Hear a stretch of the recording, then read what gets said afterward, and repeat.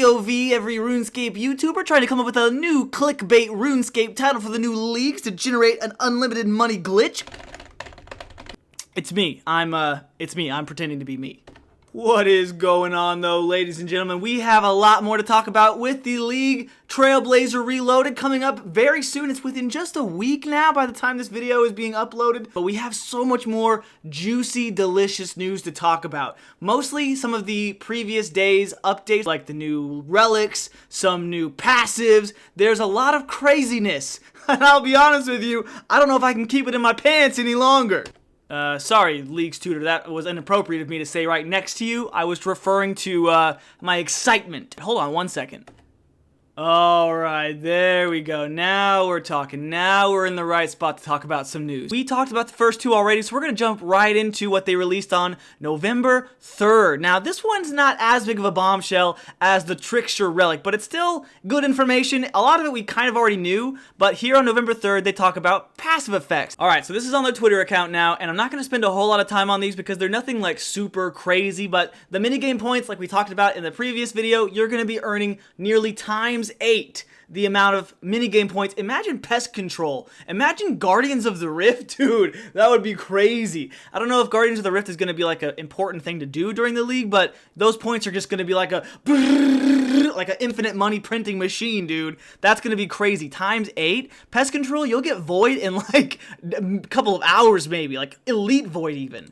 Then next they have Slayer points. This is a big one, from 1 to 5. Now I'm imagining that this is every tier. Like, I'm not thinking that this is going to be something that you just start off with. I'm thinking like per relic tier, because there's 7 tiers in total, I believe. So perhaps every so often you'll get like a bonus to your Slayer points. You'll get a bonus to superior rates. You'll get a bonus to minigame points. Alright, so that one is, yeah, I mean, it's good to know, but nothing jaw-dropping. My jaw has not dropped. It's not on the floor yet, so we need to fix that. So moving on to the November 4th release, Combat Relics. So here's where things are going to get real interesting. If you remember from my last video, I talked about the difference it might make when you choose a particular combat style to focus on. Check this out. This is insane. So you're going to get a little taste of all 3 of the combat styles. Watch how fast these ticks are. Look at the bow. Look at the mage. Bro, look at how fast he's hitting with a scythe, dude. That's crazy. No. Dude, no. Check that out. Look at how fast they're moving. Look at how fast the Tumican Shadow is firing. Are you joking me right now, Jagex? I don't think you're serious. Maybe this will help you make your decision if you're still struggling, like me. So the first one is the Archer's Embrace. This is the relic, obviously, for ranging. Then they say 90% of ammunition is saved when using ranged weapons. Imagine Chinchompas, dude. You won't have to hunt. If you combined this, if you pair this relic with like the Hunter's Relic we talked about in the previous video, this one would go nuts. It would go nutso mode because you would have so many Chinchompas and you would barely be using them. This effect stacks with Ava's devices, and resulting in a 98% ammo saving bonus. You're not going to use ammo. You're not going to use it. Get rid of it. You don't freaking need it, dude. I almost said a bad word. Enchanted bolts have a 2-time boosted chance to proc, so diamonds, rubies. You're going to be taking out bosses in no time. Dude, you can't see the gestures I'm doing with my hands, but it looks inappropriate. 10% chance that your weapon will fire an extra projectile? Brother, imagine Dark Bow. The Bofa is going to put both of these nuts in your mouth, plus 2 more. Crossbows, ballistas, and most thrown weapons. That is crazy. Range accuracy, by the way, increased by 100%. That's nuts.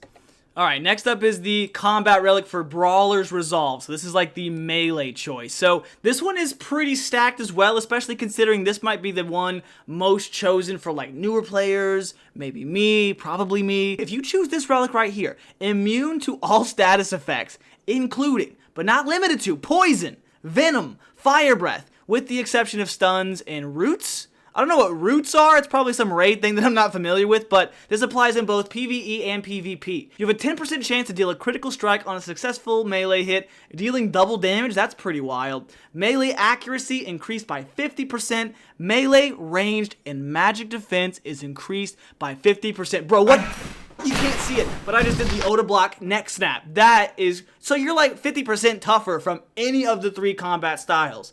Now, someone better than me at this game will probably say that this is the weakest relic of the 3, and that might be true, but it also seems like the safest bet for the non-gamers like me. I would consider myself a gamer. I would, but you probably wouldn't. You're much more advanced than I am. Alright, ladies and gentlemen, last but certainly not least, here is the final of the 3 combat relics. This is Superior Sorcerer, and what I'm thinking is probably going to be considered the most overpowered by someone that's actually good at the game. And I have a feeling might be slightly tweaked before it's actually released. Maybe Jagex might drop a hot, tasty, nasty nerf on it. You save 90% of your runes when casting spells. Bro, stop it already. Stop it already. Turn it off. We don't need to see it any further. You save 90% of your runes when casting any spells. This includes charges when using powered staffs such as the Tridents, Sanguesti's Staff, Tumican Shadow, and the Enchanted Slayer Staff. So you're basically like the Ranger's Relic, not going to use any ammunition. Bind spells will always hit on an unfrozen target. So unless you have the Melee Relic, you will always freeze that mother trucker. No matter what, dude, he's frozen in his tracks. You said, stop right there, criminal scum. You're not going any further. You hit him with the bind, no matter what level. He's frozen. Acquire the Arcane Grimoire, which allows you to change between any spellbook you have unlocked. So you have the option to get pretty much all of the spellbooks if you choose your areas wisely. But depending on, what areas you choose, you may not be having access to all of them. So this part could be good, but if you choose your areas poorly, it could be also bad. You get a rune pouch for free, I guess. That's pretty sweet, whatever. All rune pouches have 2 more types of runes. So that means you can store, 5 if you get the regular one? Or can't you, upgrade it with the needle from the Guardians of the Rift and have, 4? So that means you could potentially, if you're following along with me here, children, the math adds up to 6. 6 types of runes. So you're not going to have your inventory clogged with a bunch of freaking garbage. But we are just getting started on this. Magic attacks will deal an additional 25% as splash damage. Splashy splash damage to surrounding targets. Up to 5? So that means you can hit a total of 6 if you're still following along with me. If my math scholars are still here. 6 targets with 1? That's like a Chinchompa, but magical. The splash damage effect only works in multi-combat areas, but still, I'm still pogging. You can tell by my voice, I'm pogged out. Okay, so while I'm taking a quick breath here and I'm relaxing from just the couple of things we talked about there are still 2 more things that Jagex has talked about in the past couple of days that I've been gone. And I'll be honest, the combat relics are hard to beat. But you just wait 1 dingle-dangle frickle-frangle second, because it's only gonna get even more pog crazy. Now, this next one that they dropped on November 5th, so yesterday by the time I'm recording this video, is called Undying Retribution. It simply just says, cheat death and devastate any nearby foes. Now, you might be thinking, what the hell does that mean, BaldMob? Well, let me show you. Wait, what? How did they get this footage of me doing the fight caves? Okay, come on, Jagex, who's spying on me here? But with the power of the Undying Relic, no longer will you fear Jad, because look at the 168 damage, and he healed off of it. It's like Guthans, but on Jagex Relic crack cocaine. I gotta give me some of that. Holy Jagex, Undying Retribution. Cheat death and devastate all nearby foes. Now, here's the only question I have with that, is how often is that going to proc? Do you know what I mean? Because if it happens, does that just mean you literally can never die? Surely not. Surely it's got a recharge perhaps, maybe once every hour or so, or maybe you have to recharge it in a certain way, you can only do it at a bank perhaps, so you have one use of it out in the wilderness or out in the world, and then you use it, you gotta go back to the bank to recharge it. Surely you don't just always cheat death and never die. Perhaps it has a percentage chance to activate. Maybe it's not always guaranteed. Maybe you'll get a 20% chance to proc. This seems to be pretty good, especially if you're gonna be bad. So I need this relic. If you're good, you may not need it, but I think that it's an interesting choice to say the least. So it'll be interesting to learn kind of the specifications on a lot of these relics when we actually get into the league, of course. So we've got one last one to talk about really quickly here before we end this video, and that's going to be, excuse me, Mr. Purple, I'm in the middle of doing something here! And that is going to be the relic that they talked about today, November 6th, the Globetrotter. The description simply reads, teleport anywhere your heart desires with a single piece of jewelry. Now, you're probably thinking, holy frick, frack, patty, whack, give a dog a bone. That sounds freaking crazy. Well, It kind of does. Watch along with me, shall you? So, he uses this little piece of relic, amulet jewelry they call it. He's teleporting all over the freaking place. That's pretty cool. You could literally just go wherever you want, I guess. But there's one caveat.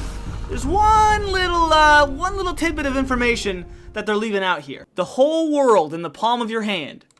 At least the parts that you've unlocked. So, you have to be careful here.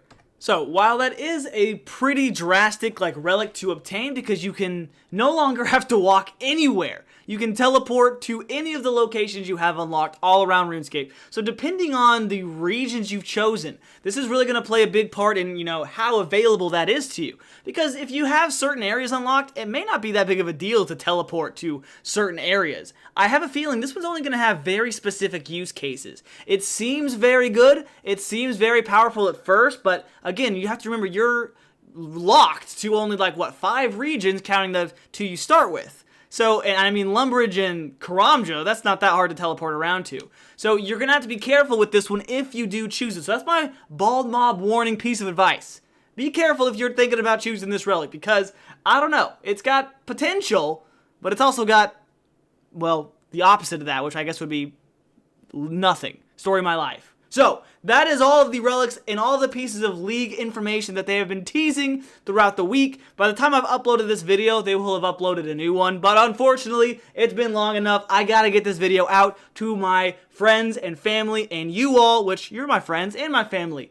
Unless you know who you are. I'm watching you. I always feel like somebody's watching me. I'm gonna go. That's my cue to get off the platform. I've been talking for too long. Sorry that I haven't had a video up in a couple of days, everyone. But hopefully, you're enjoying the little drip feed of League's news that we're getting every so often. Thank you so much, everybody, for all the freaking support. It's been blowing my mind. I love reading all of your comments. Please keep leaving them for me. Let's talk about the League together. That's what I love to do. I love to just talk with you because I have no friends to talk to in real life. So leave me a comment, please. Leave me a like. If you like something that you heard, subscribe. I'm going to be covering all the League, all the RuneScape news forever until the day I die. So, until then, everyone, I'll see you next time. Bye! Unless it's you, Joseph. If you leave me a mean comment again, I'm gonna leave mean comments. I don't care. Just know. I'm gonna clap back. I'm gonna clap back!